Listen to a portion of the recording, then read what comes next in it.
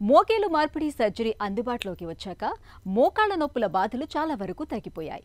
అయితే కృత్రిమంగా కీళ్లను అమర్చే ఈ సర్జరీ గురించి మనలో చాలా మందిలో చాలా రకాల నమ్మకాలు ప్రచారంలో ఉన్నాయి. కీలు మార్పిడి సర్జరీ బాధాకరంగా ఉంటుందని, నొప్పులు ముదిరిపోయే వరకు సర్జరీ చేయించుకోకూడదని, మోకాలు మార్పిడి తర్వాత కింద కూర్చోకూడదని, మెట్లెక్కకూడదని, కృత్రిమ కీలు ఎక్కువ కాలము మన్నిక ఉండదని నమ్ముతున్నారు. అసలు ఈ నమ్మకాల్లో నిజమెంత?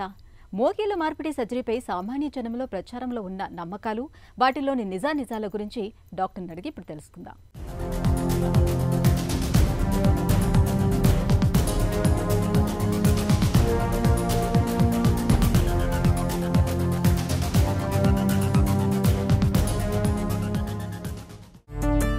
మోకాలు మార్పిడి సహజంగా ఉండదా? Knee replacement procedure among మన ఆర్థోపెడిక్స్ అండ్ మెడికల్ అడ్వాన్సెస్లో it's one of the most successful procedures. Last 40-45 years నుంచి నీ రీప్లేస్మెంట్స్ జరుగుతున్నాయి. బట్ గత 15-20 ఇయర్స్లో సర్జరీ ప్రొసీజర్స్ చాలా ఎక్కువ అయినాయి. అండ్ లాస్ట్ 5 to 7 ఇయర్స్లో fast track surgery, minimal invasive surgery, robotic surgery అడ్వాన్సెస్తో నీ రీప్లేస్మెంట్ చాలా జరుగుతున్నాయి. ప్రొసీజర్ ఫెయిలియర్ రేట్స్ ఏ ప్రొసీజర్ మాదిరి హార్డ్లీ లెస్ దెన్ 0.5% ఉంటుంది. That is also probably infection related. But specialise సెంటర్స్లో మనం ఈ సర్జరీ చేసినప్పుడు, వెల్ ట్రైన్డ్ సర్జన్స్ దగ్గర చేసుకున్నప్పుడు, గుడ్ ఇంప్లాంట్స్ వాడినప్పుడు, మనం వాడే ఇంప్లాంట్స్ ఆల్సో మంచి క్వాలిటీ వాడినప్పుడు, సర్జికల్ ప్రొసీజర్ బాగా జరిగినప్పుడు దాని ఫెయిలియర్ రేట్ చాలా తక్కువ.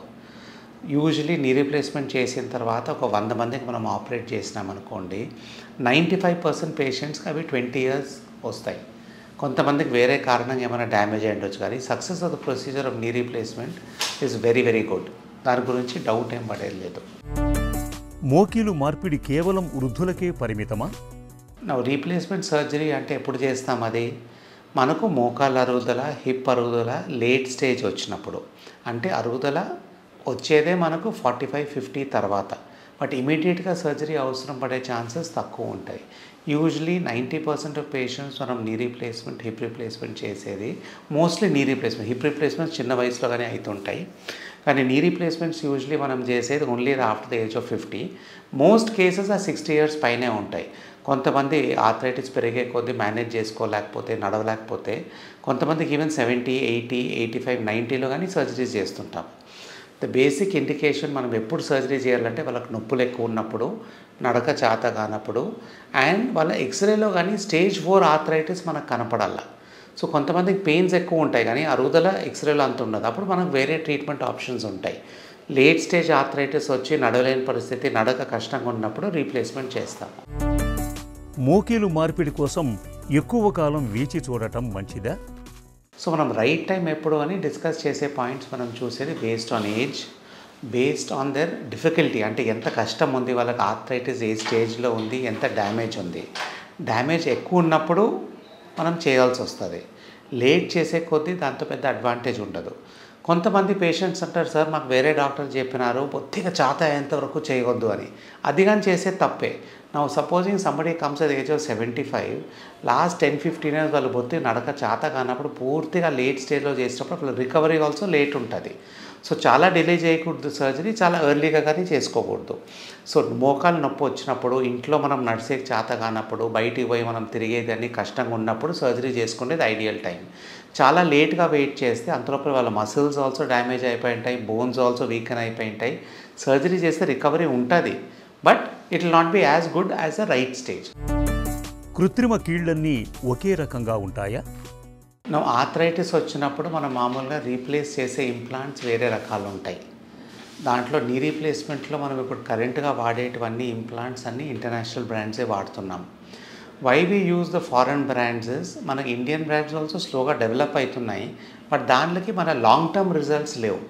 నా గవర్నమెంట్ ఆఫ్ ఇండియా 2017-2018 నుంచి ఒక రూల్ తెచ్చి ఎన్పిఏ ప్రైసింగ్ అని పెట్టినారు. సో మనం ఫారెన్ ఇంప్లాంట్ వాడినా ఒకటే ధర, ఇండియన్ ఇంప్లాంట్ వాడినా కానీ ఒకటే ధర దానికి. సో ప్రైస్ డిఫరెన్స్ ఉండదు. మేము ఇక్కడ star hospitals and most surgeons వాడే implants are international brands, because దీనిలోకి లాంగ్ టర్మ్ రిజల్ట్స్ ఉంటాయి. లాంగ్ టర్మ్ రిజల్ట్స్ అంటే మనం ఏ రిజిస్ట్రీ చూసినా ఇప్పుడు ఆస్ట్రేలియా, యూకే, న్యూజిలాండ్, స్కాండినేవియన్ కంట్రీస్లో లాంగ్ టర్మ్ రిజిస్ట్రీ డీటెయిల్స్ అని ఉంటాయి. అంటే వాళ్ళు గత 20 years నుంచి చేసే రీప్లేస్మెంట్స్ వాళ్ళు ఎవ్రీ 1 year వచ్చినప్పుడు పేషెంట్స్ ఫాలో అప్ చేసి ఆన్లైన్ డేటా వాళ్ళు పబ్లిష్ చేస్తుంటారు.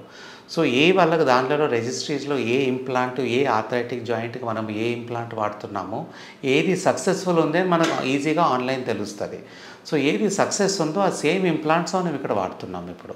సో దీనితో ఏం అడ్వాంటేజ్ అంటే 20 year రిజల్ట్స్ అప్పుడే సక్సెస్ ప్రూవ్ అయింది. మన ఇండియన్ జాయింట్స్ ఆల్సో స్లోగా ఇంప్రూవ్ అవుతున్నాయి. బట్ దానికి అట్లీస్ట్ ఒక 5 to 7 years పడుతుంది before we can successfully prove అవి లాస్ట్ 10 years నుంచి బాగున్నాయని. కీలు మార్పిడి తర్వాత మోకాళ్ళను వంచలేమా, కింద కూర్చోలేమా? నీ సర్జరీ చేసిన తర్వాత ఫోల్డింగ్ అవన్నీ వస్తాయి. మన మామూలుగా నీ రీప్లేస్మెంట్ చేసిన తర్వాత అట్లీస్ట్ 110 to 120 degrees ఫోల్డింగ్ వస్తుంది. మన నార్మల్ నీ ఉన్నప్పుడు it comes to at least 145, 150. But రీప్లేస్ని మనం రీప్లేస్ చేసిన తర్వాత యూజువలీ 110 వరకు వస్తుంది. కొన్ని ఇంప్లాంట్స్ ఉన్నాయి that called high flexion, folding ఎక్కువ వచ్చేటివి. So depending on the patients condition ఈ హై ఫ్లెక్షన్ ఇంప్లాంట్స్ వాడినప్పుడు ఫోల్డింగ్ ఇంకా నార్మల్గా కానీ రావచ్చు, ఫుల్ ఫోల్డింగ్ రావచ్చు. వాళ్ళు అవసరం పడితే ఎప్పుడోసారి కింద కూర్చోవచ్చు, బాస్పెట్లు వేసుకోవచ్చు. యూజువలీ యాక్టివిటీస్ ఆఫ్ కింద కూర్చునేది రెగ్యులర్గా చేసేది డైలీ బేసిస్ మీద చేయకూడదు. కానీ ఇంప్లాంట్స్ హై ఫ్లెక్షన్ వాడినప్పుడు ఫోల్డింగ్ ఎక్కువ వచ్చినప్పుడు ఎప్పుడో ఒకసారి కూర్చోవచ్చు.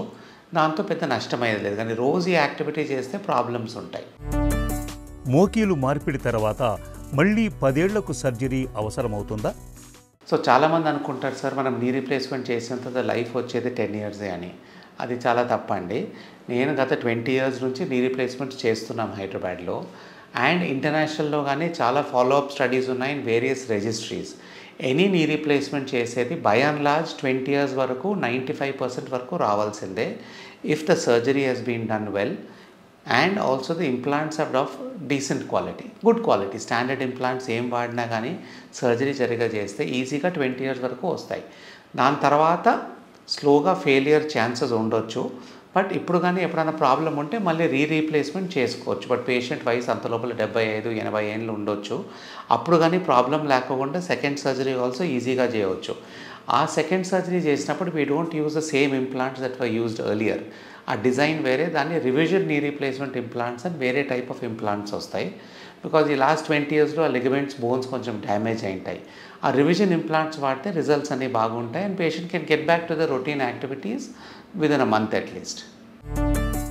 పాక్షిక మోకీలు మార్పిడి కంటే పూర్తి మోకీలు మార్పిడే మంచిదా?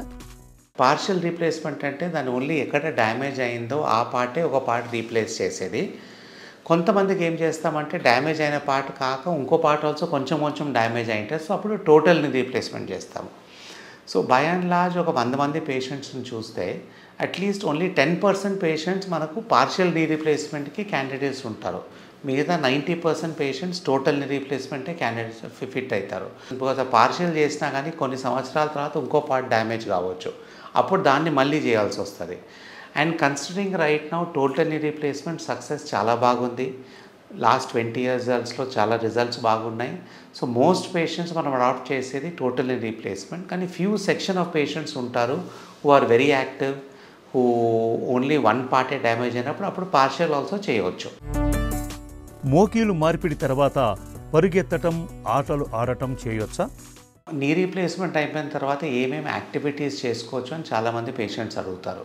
Personally whatever patients have done also చాలామంది వేరియస్ యాక్టివిటీస్ చేస్తుంటారు. This is what we advise them. Doubles tennis ఆడొచ్చు, బాస్కెట్బాల్ ఆడొచ్చు, గాల్ఫ్ ఆడొచ్చు. We don't advise them to do high impact activity. High impact అంటే జంపింగ్, స్కిప్పింగ్ అండ్ రన్నింగ్ వద్దని చెప్తాము.